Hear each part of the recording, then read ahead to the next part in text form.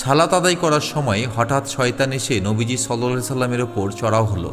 কেন শয়তান এই দুঃসাহস দেখালো আর নবীজি সাল্লাল্লাহু আলাইহি সাল্লাম কীভাবে তাকে জাপটে ধরে মাটির সাথে মিশিয়ে দিলেন, সেই বিষয়টি আলোচনা করা হয়েছে সহিহ বুখারী গ্রন্থের 1211 নম্বর হাদিসে।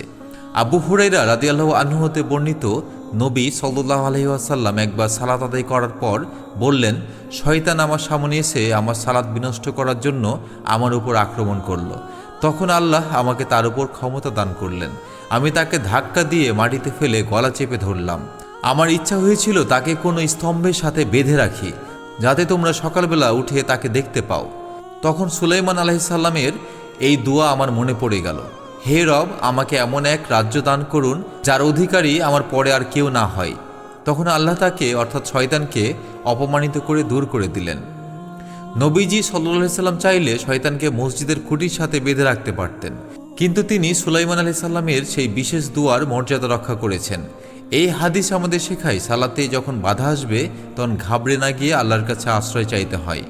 আল্লাহ আমাদের সালাতকে শয়তানের হাত থেকে হেফাজত করুন, আমিন। জাযাকাল্লাহু খাইরান।